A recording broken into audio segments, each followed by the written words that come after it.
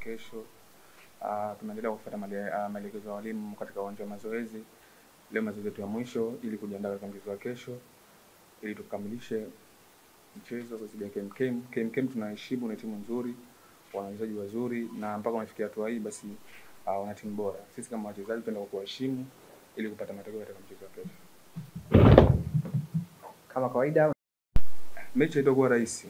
Mechi itakuwa ngumu kwa sababu kama nilivyosema awali KMKM wana timu nzuri.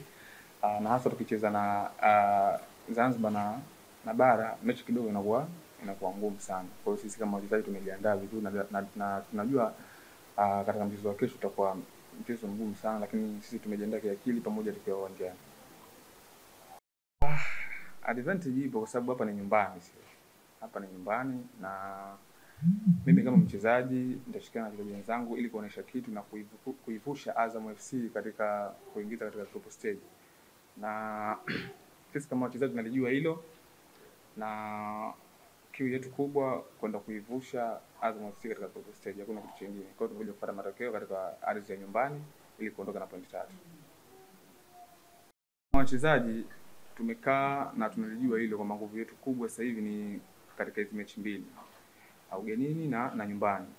Lakini focus yetu kubwa kama wachezaji ni mchezo wa kesho, kwa sababu tunapopambana kesho kwa kupata matokeo ugenini, tunajua jinsi gani kwenda nyumbani ili kuimaliza mechi. Kwa hiyo tutaendelea kumsikiliza mwalimu ambaye anatuelekeza ili kuvuka katika hatua hii na kuweka historia katika klabu ya Azam FC kama mimi mchezaji pamoja na klabu kwa ujumla.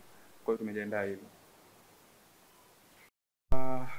Mwalimu Bengi ameongeza kitu kikubwa.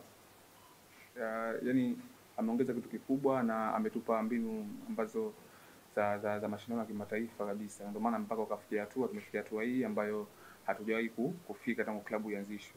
Na imani kwa kupitia mazoezi ya leo tutaenda kufuata mbinu zake ili tuvuke group stage ili tuweke historia pamoja na yeye. Kwa hiyo tunafurahi na tunasikia faraja kuwa naye. Maswali mawili ya mwisho.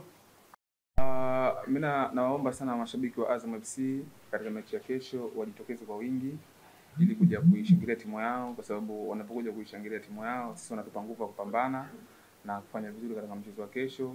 Sisi kama wachezaji wao tunawaahidi hatutawaangusha na kupambana zaidi.